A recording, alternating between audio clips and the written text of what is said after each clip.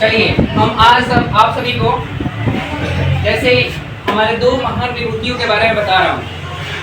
सर्वप्रथम जिनको हम भारत के राष्ट्रपिता मानते हैं, महात्मा गांधी, उनका भी जन्म 2 अक्टूबर को ही हुआ था। और एक महान विभूतियों में गिना जाता है जो भारत के द्वितीय प्रधानमंत्री थे, लाल बहादुर शास्त्री जी। मैं आज इनके बारे में आप सभी से चर्चा करूंगा। लाल बहादुर शास्त्री जिनका जन्म 2 अक्टूबर 1904 को हुआ था। इनकी मुख्य गणना एक महानेता में होती है जो स्वतंत्र भारत के दूसरे प्रधानमंत्री बने। और मेरे हिसाबन ये भारत के ऐसे प्रधानमंत्री बने ईमानदार, संघर्षशील, शालीनतापूर्वक, जिसकी व्याख्या मैं अपने शब्दों में नहीं कर सकता। इनकी उपाधि ये थी, जब ये प्रधानमंत्री बने 1964 में,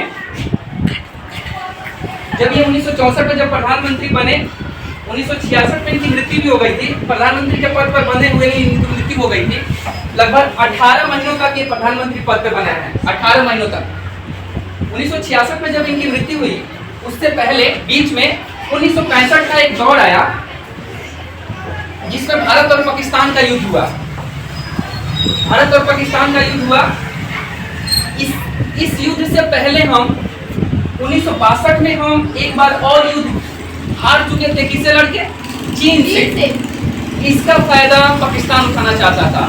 पाकिस्तान जानता था कि भारतीय सेना जो है चीन से हार करके कमजोर हो गई है, इसका क्यों ना फायदा उठाया जाए। इसलिए मात्र 3 साल के बाद हमारे देश पे आक्रमण कर दिया। कौन? पाकिस्तान। लेकिन उसका मुंह तोड़ जवाब हमारे देश के सैनिकों ने दिया और बहुत ही गंभीरतापूर्वक लड़ाई लड़ी गई और हमारी सेना बहुत ही संघर्ष की और जीत के कगार पे पहुंच चुकी थी। तभी उस पाकिस्तान का सबसे ज्यादा सपोर्ट करने वाला कोई देश था तो अमेरिका था। लेकिन उस टाइम मैं बात कर रहा हूँ नारा जय जवान जय किसान, जिन्होंने नारा दिया था भारत के द्वितीय प्रधानमंत्री पंडित जवाहरलाल नेहरू ने। उस टाइम जब 1965 में लड़ाई हुई पाकिस्तान से, तो हमारी सेना जीत रही थी और पाकिस्तान के सभी सेनाओं को मात दे रही थी। उसके बीच ही पाकिस्तान को बहुत ही सपोर्ट करने वाला देश, जिसको हम अमेरिका के नाम से जानते हैं, वहाँ के प्रधानमंत्री ने फोन किया हमारे देश के प्रधानमंत्री के पास कि आप अपने सेना को पाकिस्तान के सीमा से पीछे ले लीजिए। अगर आप नहीं लेते हैं तो हम आपकी गेहूं को क्या करेंगे, जिस गेहूं, क्योंकि हमारा देश जो था उस टाइम उस प्रकार का गेहूं उपार्जन नहीं कर पाता था जिससे हमारा सभी देश के नागरिक खा सके। तो उन्होंने कहा, अमेरिका ने कहा कि हम आपको गेहूं देना बंद कर देंगे, इसलिए आप गेहूं मतलब आटे बिना तरस जाइएगा। प्रधानमंत्री का जवाब था लाल बहादुर शास्त्री जी का कि हमको गेहूं आपका नहीं चाहिए। आप गेहूं का जो आप हमारे देश को गेहूं आप बेचते हैं, हमको आपका गेहूं नहीं चाहिए। और उन्होंने कहा कि हमारे देश 2 चीजों से चलती है, एक जवान के माध्यम से यानी सैनिक जिसको हम लोग बोलते हैं, और एक किसान के माध्यम से।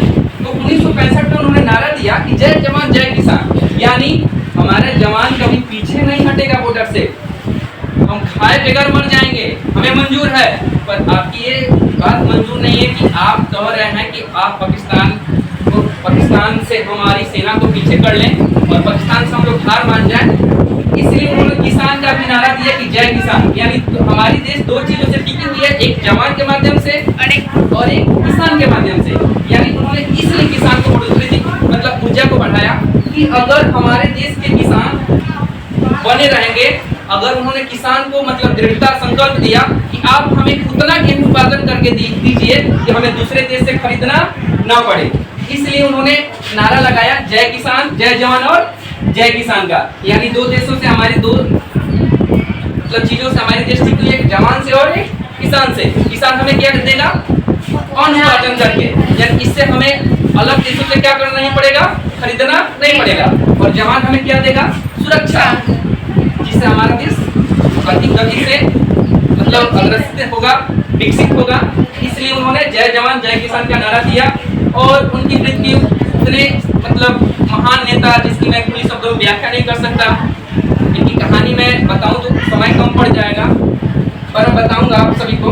इनकी मृत्यु अचानक पद पे बने रहे, मात्र इन्होंने देश की सेवा नहीं की, 18 महीनों तक मात्र देश की सेवा की और पद पर ही बने रहे और 1966 में इनकी मृत्यु हो गई।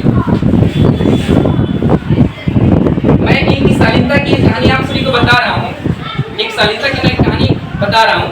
जब ये प्रधानमंत्री के पद पर थे तो एक बार इनकी अपने बेटे का मार्कशीट लेने के लिए, मार्कशीट जो होता है जिसको हम लोग पीटीएम बोलते हैं, पेरेंट्स टीचर मीटिंग, इनके बेटे जो जिस स्कूल में पढ़ते थे उस स्कूल में पेरेंट्स टीचर मीटिंग था, तो उस स्कूल में ये चले गए।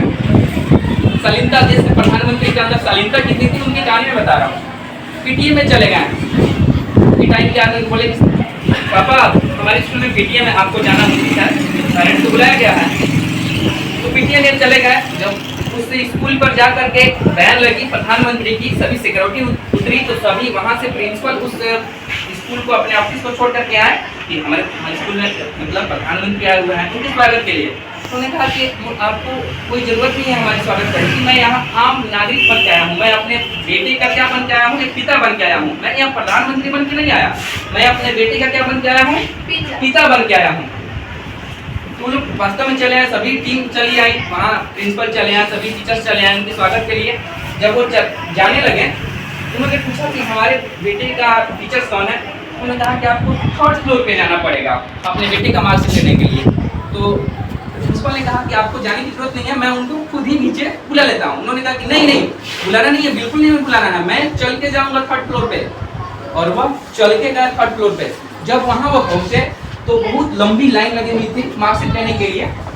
सभी गार्जियन अपने बच्चे का मार्कशीट लेने के लिए सिग्नेचर कर रहे थे, तो उसके लिए लंबी कतार लगी हुई थी।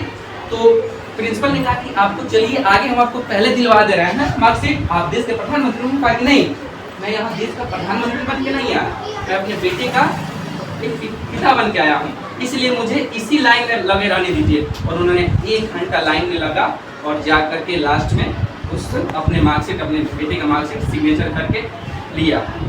ये होती है शालीनता, अपने पद का इस्तेमाल ना करना।